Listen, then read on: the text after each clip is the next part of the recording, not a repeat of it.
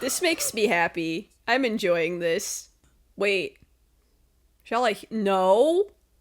No? Hey guys, welcome to the channel, or perhaps welcome back. My name is Kumiko, but you can just call me Kumi for short, and today we are here to react to Season 3, Episode 2 of Jujutsu Kaisen, aka Episode 49, and this one is entitled One More Time, which is an interesting title. I am curious why it might be titled as such. I'm sure we'll get some more context in the episode itself. Anyways, really quickly before we get into it, just a reminder, I do have Patreon. For just $5, you can get early access to the full uncut versions of my reactions. So if you are curious, the link to that is down below in the video description. And with that being said, let's go ahead and hop on into the episode. All right, let's freaking get it. Oh, is that Sumiki? And, I can't remember. Is that Nita-san? So this must be Megumi, I'm guessing. Interesting. Okay. Yeah, thanks, Yuta. That's just great. Thank you. We appreciate it. Not our first rodeo, but also... Sukuna's just like, SMH, dude. Oh my god, bro, he's so fast. Like, okay, like, how do you counter that? Like, bro, are the punches even skill shots? They're like targeted abilities. Like, what, oh my god, he's getting completely bodied right now. Come on, Choso, I need you to lock in. I need you to lock in. I need you to lock in. Oh. Oh my gosh. No chance to use convergence. Yeah, I feel like this is a bad matchup for us. I feel like speed types are not a good matchup for us. Ugh. Come on, Choso. You've got this. An older brother. Wow.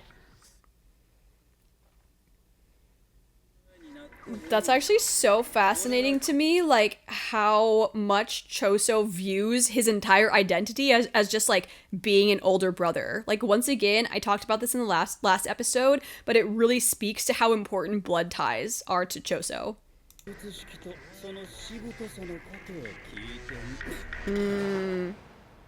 Where'd he go? Okay, bro's just casually running at Mach 20. That's fine. Oh. Oh. Okay. Oh. Oh. Oh.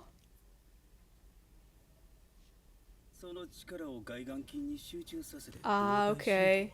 Oh, that's actually cool that he can do that.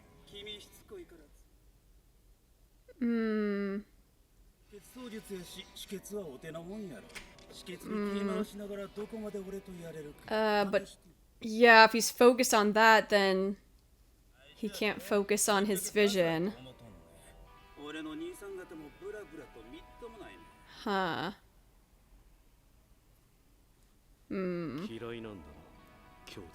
Yeah, they seem like polar opposites of each other.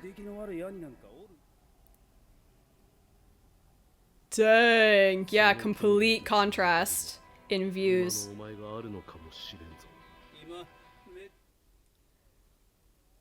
Huh.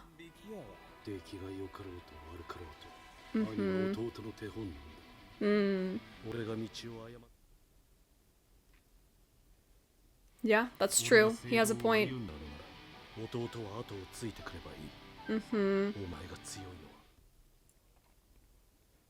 Ooh, yo, that's actually such an interesting question that Choso just asked. Like, this idea of, would we be the people that we are if not for, like, certain interactions that we didn't think affected us, you know? Obviously, if you, like, talk to a stranger for 2 seconds, it probably didn't actually influence you in any type of way.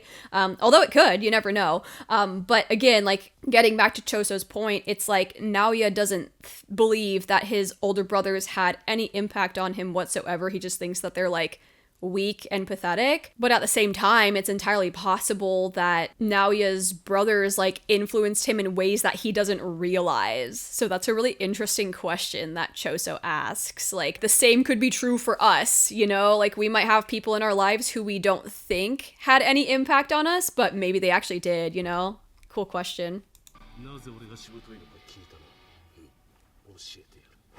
Oh! I never had an example. Dang. That's why I'm strong. Oh my gosh! Holy crap, dude! Oh my god, it's like a whole ass sea of blood. That's crazy. Okay, I mean, I know that Choso has like almost infinite blood, but like, still. I wasn't expecting a whole sea of it.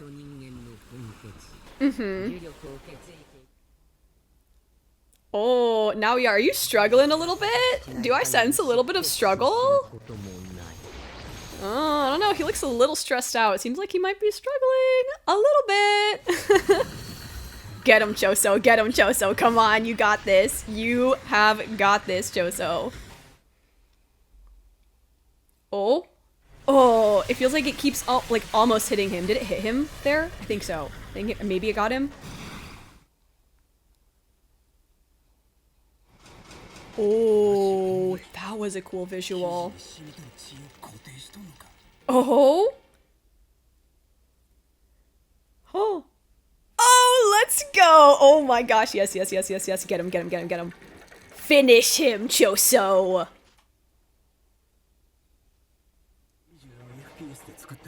"24 frames per second. Oh, okay, okay. Come on, Choso.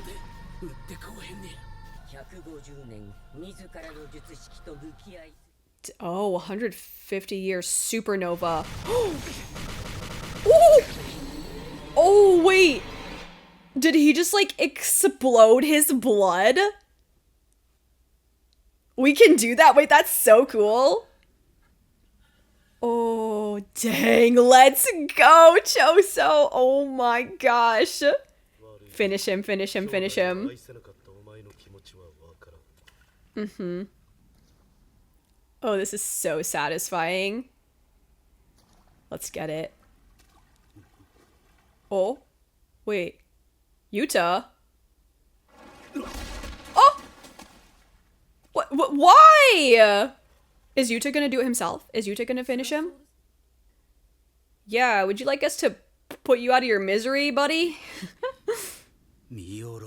Yeah, look down on him. Look down on him and then chop his head off or something like that.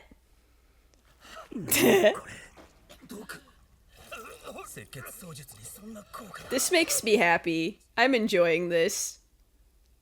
Oh, poor Naoya, so sad. Oh, poor little Naoya. Wait. Shall I? No. No. Yuta? No. Like, okay. Okay, but like why? Like, why, man? Like, just, like, why is Yuta doing this to me, dude? Like, I liked Yuta. Why is he doing this to me? Freaking Choso was about to finish Naoya. Now he's, It's fine. It's fine. It's fine. It's fine. It's fine.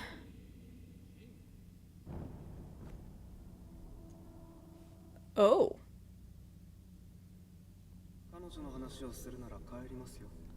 Huh.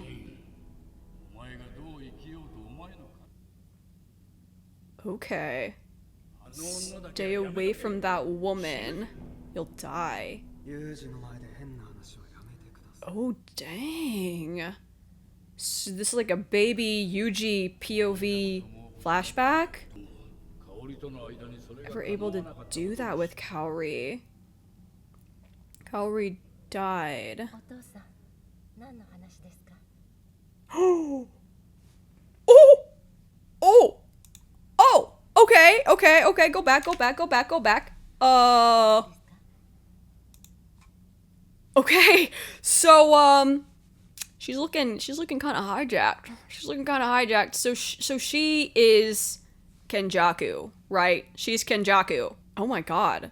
Okay, that actually explains a lot because in season 2, Choso was like, he could like sense that he and Yuji were blood related in some way.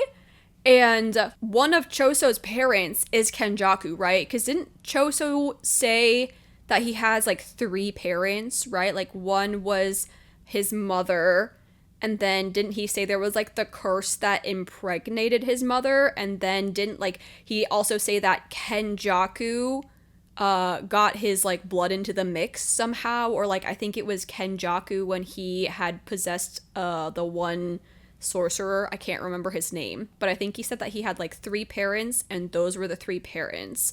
So that would explain how he and Yuji are blood related. So they both have like Kenjaku's blood in them. Wow. Holy crap. That's crazy. I have like so many questions about all of this. I don't want to yap about it for too long, so we're gonna come back to this scene at the end, but like, holy crap, what a reveal, dude. Okay, so Yuji's mom was hijacked / possessed by Kenjaku. Wow. Okay. Great. That's good. Oh, yo, we're so back! Let's freaking go, baby! I knew we'd be back. Oh, hi there, Yuta. Hi. Friends? Truce? Yeah? He looks pissed off. He looks really pissed off.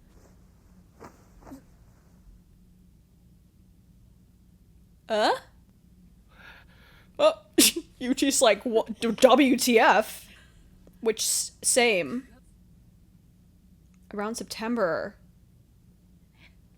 Okay. Oh. Oh, okay. Bit of a bad feeling. Okay.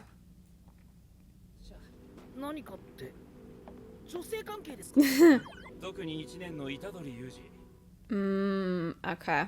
Okay.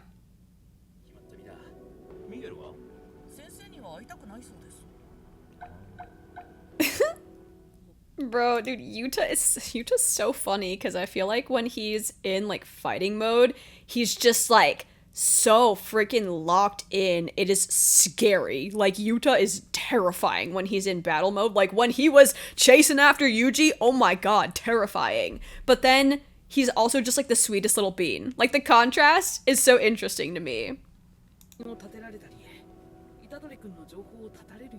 Okay, that makes sense. Okay, but did you like really have to stab us through the heart though? That felt super personal.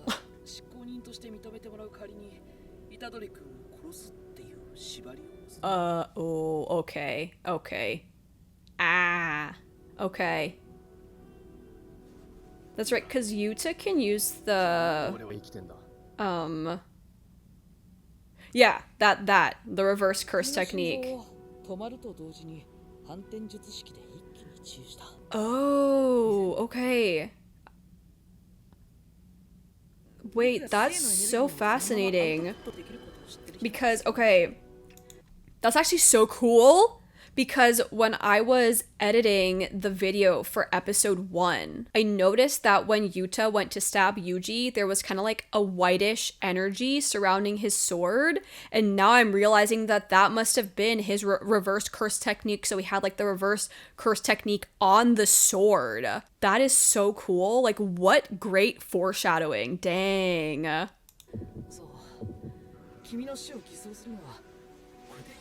It is, yep. We've got some experience with this.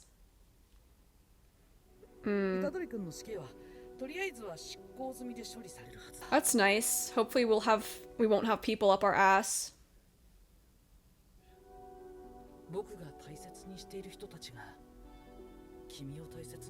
Aww, that's really sweet. It's like a nice way of putting that.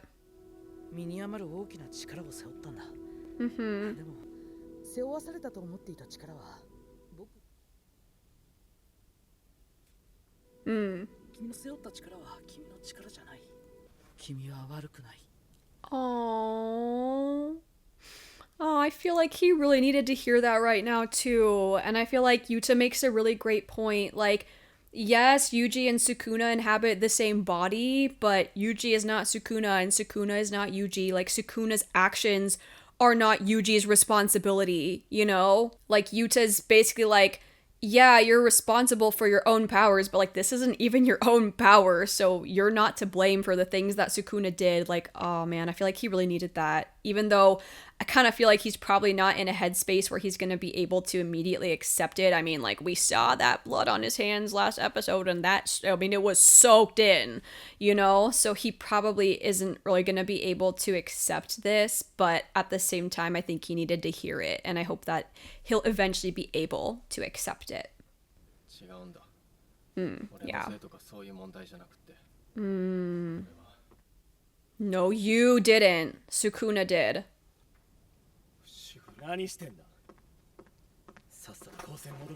Wait, what is Megumi doing here? wait a minute, hold on. When did Megumi get here? Okay. I mean, hi Megumi, it's good to see you.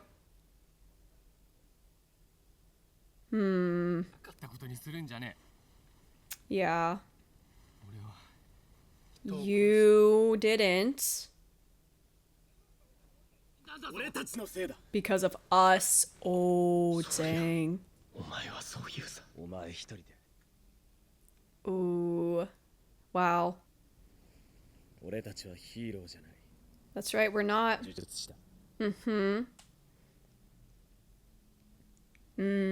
Yep. Ooh. Dang, dude. Oh my gosh. Wow. Okay. I really liked that line from Megumi just now. Like, we're not heroes, we're sorcerers, which I think, didn't he say something to that effect in like season 1? I think he did, if I'm remembering correctly. It's been a little bit. Regardless, I like what he said. Like, we're not heroes, we're sorcerers. No one can judge us in a true sense. We're the only ones who can morally judge and evaluate ourselves. And we have to continually validate our own existence. That was a really interesting line of dialogue. I appreciated that a lot.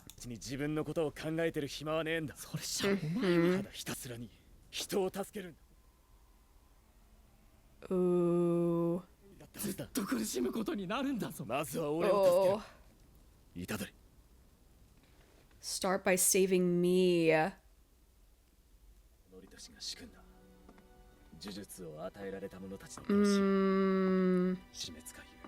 The culling game. Wow. Dang. Ooh. What is all this? Sumiki. Oh, dude, what a great scene. Wow. The culling game. Oh, I should probably hold on. Let me pause. Okay.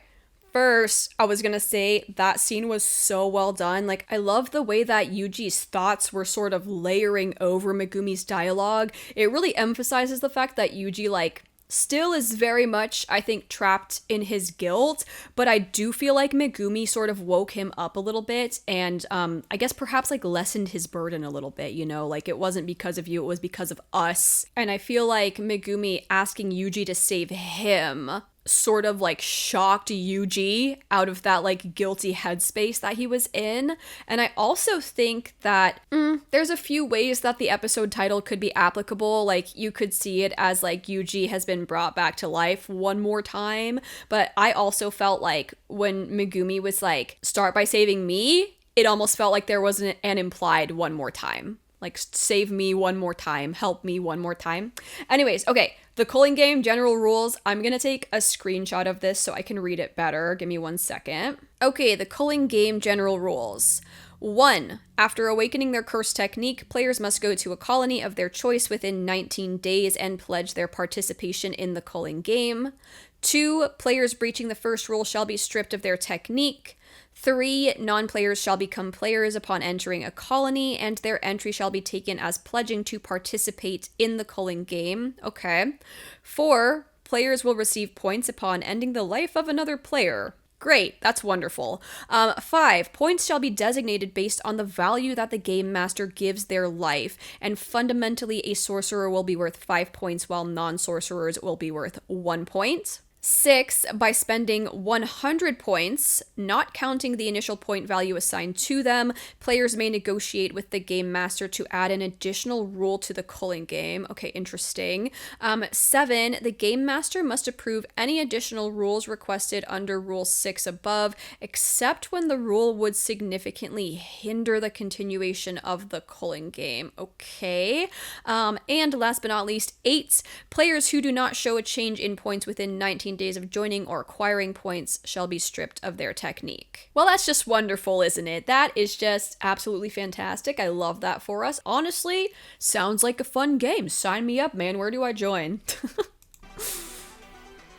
Oh, goodness, man. It's just one emergency into another emergency. Like, we truly cannot catch a break. Okay.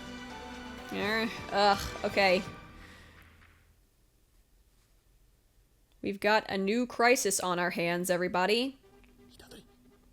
I need your power one more time.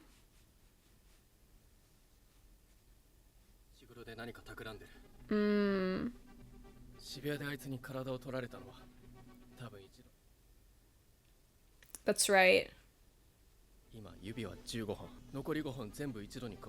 That's pretty crazy that we're that close. Only 5 remaining.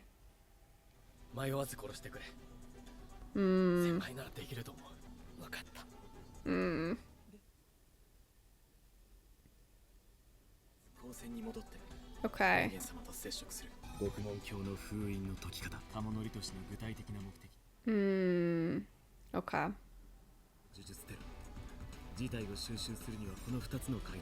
Yeah, that's fair. We definitely want to try to get Gojo back, because that would solve a lot of this, I feel like. Okay.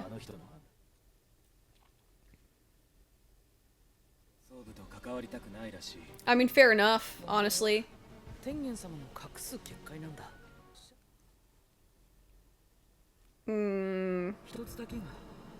Yeah, that's a bit of a problem.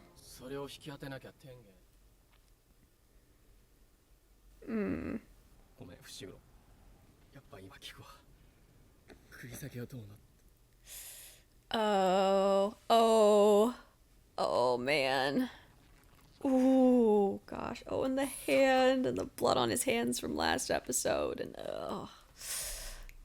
oh man. I will say though, like, hold on. Okay. Oh! CHOSO? Wait, okay. Dude, where the heck did CHOSO come from, bro? Like, is there anybody else hiding in the dark here? Or are we just all hiding in the dark and popping out like it's a surprise party? Anyways, I was gonna say, I really love how in this season, they are allowing a lot of emotionally heavy moments to linger. You know, like there have been quite a few instances in this episode already where it's like just silence, no dialogue, or like maybe it's just the fire crackling, and it will stretch on for like several seconds, like much longer than I'm expecting it to. And I really like that. I think it's like very immersive and kind of helps to capture the emotional weight of what's happening during those scenes. I also think it speaks volumes that Megumi doesn't even need to say anything. Like, Yuji can just tell from Megumi's silence and by the expression on his face that yeah. But anyways, let's see what CHOSO has to say. Hi, CHOSO. Anybody else hiding here? Did NAOYA join the party too? Megumi's face.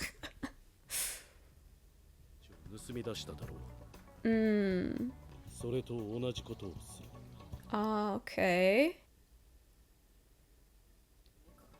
Maki! Oh my gosh, Maki! Wow, dude, okay. I mean, you know, she looks a little bit, how should I put this? Crispier than I remember her. But honestly, I mean, considering that she nearly died, I mean, they said she nearly died. She looks pretty good. I mean, I was expecting her to have like no hair and to be just like completely burnt from the waist up, so that's pretty good, honestly. Like, she actually looks great, all things considered. So W Maki, glad that she's chillin', alive and well and chillin'. Okay, that makes sense.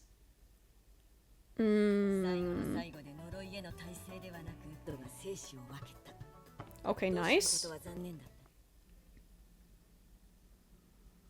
それは俺から話そう。扉から構成軍の途中には光線がOkay. 焦燥の亡骸がある。 Okay. 亡骸でも6人も揃えば俺の術式。 Okay. That makes sense. That makes sense. Good. Oh yeah, I guess we did just kind of bring like a random dude in here that nobody knows. Oh. Choso's like, finally, I've been waiting for this moment for the past like 5 episodes. I'm happy for you, Choso. Ooh. Wow, that's actually so gorgeous. Wow. Also, I wonder, does Yuji like remember, because it seemed like the baby Yuji POV flashback was like a dream. Like, I took that as like he was dreaming before he woke up from dying. So I wonder if he like remembers that dream. Has he put 2 and 2 together? So now he's just like, okay, fine, I guess you are my brother. Or does he like not remember and he's just humoring Choso? I don't know. I guess we'll find out hopefully in future episodes. Anyways, continuing.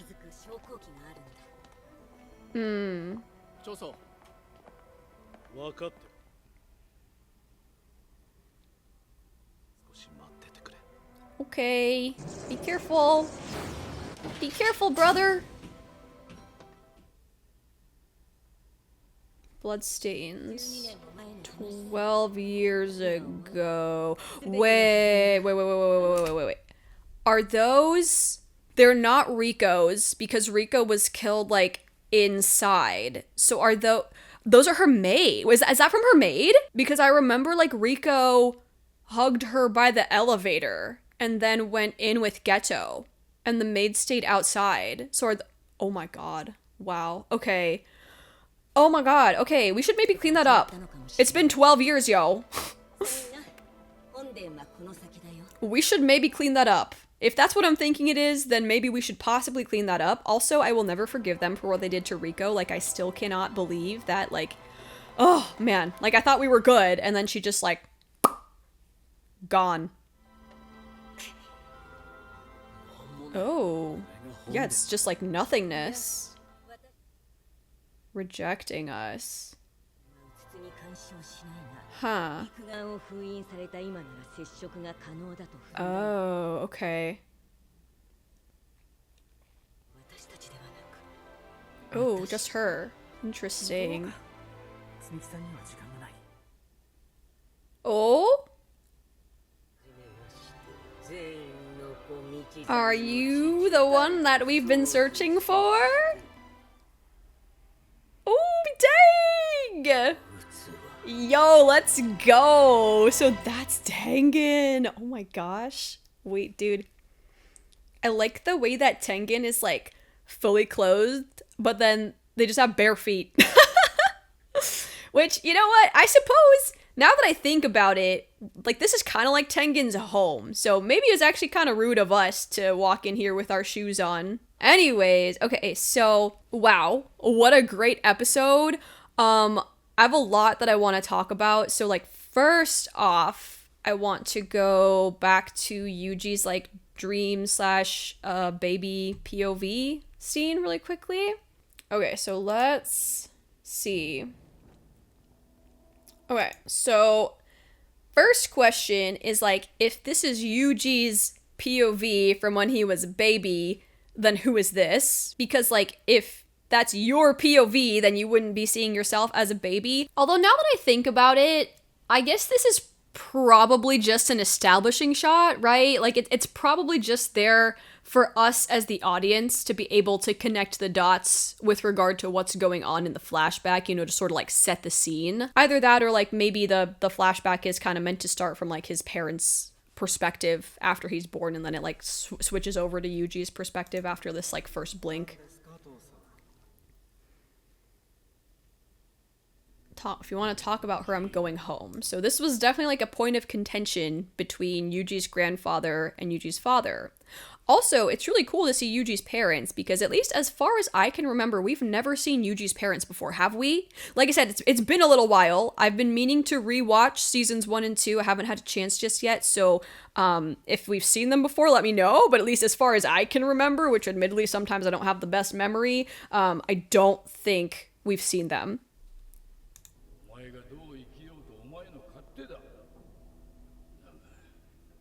Have to stay away from that woman. You'll die. Stop saying such mean things in front of Yuji. And his dad seems completely unbothered by it. Interesting. You've wanted a child. I know you were never able to do that with Kaori. Okay, so it sounds like Kaori, like the actual Kaori, had trouble getting pregnant. And she died, but Kaori died. And then there she freaking is. Okay, a couple questions. I just can't remember. Is Yuji's grandfather, is that his maternal grandfather or his paternal grandfather? Because they're both calling him father, which I guess is like, you know, how it works a lot of times when you're married. You just both call him father. But I can't recall if Yuji's grandfather is his maternal grandfather or his paternal grandfather. Either way, this is really interesting to me because I want to know, like, how much does Yuji's grandfather know and how much does Yuji's dad know? Because obviously they both know that Kaori died, so they must know that this isn't, like, the real Kaori. Like, do they know about Kenjaku? And why is Yuji's dad so okay with it? Like, was Yuji's dad just so desperate to have a child that he just, like, didn't see reality, or was he perhaps like so devastated over Kaori's death that he's refusing to see reality? Like, does he know about Kenjaku? Does he know about Jujutsu? Does he just not care? Like, I have so many questions about this. And I'm also wondering again about Yuji's grandfather. Like, does Yuji's grandfather know about Kenjaku? Does Yuji's grandfather know that Kenjaku has like hijacked Kaori's body? And I'm also wondering about Kaori's pregnancy because they just implied that she couldn't get pregnant, or like that she had a hard time getting pregnant, but like obviously she had Yuji, so how does Kenjaku hijacking her body like change that? Like, is it just through the power of like sheer curse energy that she was finally able to carry a pregnancy to term? Like, all of this is so interesting and fascinating to me, and I just have so many questions about it that I really hope will get answered. If anything that I just asked has already been answered, please let me know. Like I said, I'm trying to find some time to rewatch, but I just haven't had much time yet. So but yeah, this is pretty crazy. I also wanted to talk about this scene right here. I really liked this scene. I liked the dialogue. I liked Yuji's thoughts kind of layering over Megumi's dialogue, and I really like this scene, so I want to come back to it.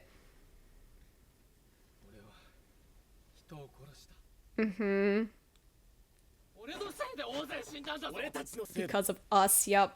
I love that he kind of like lifts the burden off of Yuji a bit by saying, because of us, you know, it wasn't you. You're not Sukuna. Of course you'd say that. Don't go giving up by yourself. And this is one of the moments that I was talking about where they allow the weight of it to sink in before there's ever any additional dialogue. Like, this is several seconds of just, yep. I love that. I love that again, it feels like very immersive. I love that they let it linger for a little bit so that you can really experience the kind of like weight and tension that the characters are experiencing. Yeah, and then once again, we're Jujutsu sorcerers. No one can judge us in a true sense. Yep. And then this part, I love this. If you say that, you'll end up suffering the whole time you remain with me. And it's so fascinating because, like, we're in the world of Jujutsu Kaisen where they have curses. And interestingly, I think that Yuji sort of feels like he is a curse. Not because he has, like, cursed objects inside of him, but I think he literally sees himself as, like, a curse. Everyone around him is doomed to suffer, doomed to die, like he's cursed them in some way. And so I feel like that context as well makes this conversation very powerful, and also what happens right after the conversation very powerful as well, because I feel like some of the things that Megumi says to him after this exchange are things that are going to help him move forward, even though he maybe can't completely free himself from this cycle of guilt in the moment. But let's just continue. I'll talk about it a little bit more in a second. Start by saving me. And look at the expression on Yuji's face. Like, oh, dude, I love this. I love this so much. Like, the look on Yuji's face. First thing that, like, sticks out to me is the fact that Megumi says, start by saving me. Not like save Sumiki, but save me. Because Sumiki means so much to him that, like, saving Sumiki is saving Megumi as well. So that's, like, one interesting aspect of all this. But what I wanted to focus on is, like, Yuji's expression here, because I feel like, you know, I just talked about how I think Yuji feels like he's a curse to the people around him. And I feel like this moment right here is sort of a bit of reassurance for him, you know, like he almost looks shocked that someone would even, like, want his help and would still want to associate with him after everything that has just happened. But I feel like Megumi pleading with him, asking for his help, it sort of is like, Megumi wouldn't be asking for your help if he thought that you were a bad person, you know? Megumi is somebody who Yuji cares about and respects. So I hope that the fact that Megumi is asking for his help will bring Yuji a few steps closer to forgiving himself and moving past all of this, you know? Like, yeah, I need your power, you know? It sort of, like, recontextualizes his power as, like, a good thing. Rather than something used to hurt people, it's something used to help people, you know? Because I feel like Yuji sees his power as, like, this horrible curse. But now Megumi is essentially saying, like, Megumi, who he cares about and respects, is saying, I need that power. This entire exchange is, like, so good. I really love what Megumi says to Yuji throughout this entire sequence, and I feel like some of the things he says also kind of take me back to season 1 with Yuji's grandfather, when his grandfather was like, I don't remember, like, exactly what he said, but it was like, you know, Yuji, you're strong, so, like, help people, save people. And then Megumi kind of says a very similar thing to him during that whole exchange. So yeah, really powerful scene. I really enjoyed this scene a lot. I thought it was so good. Once again, I also just love the visual choices in this season. Like, this part right here is so cool. Little bit further.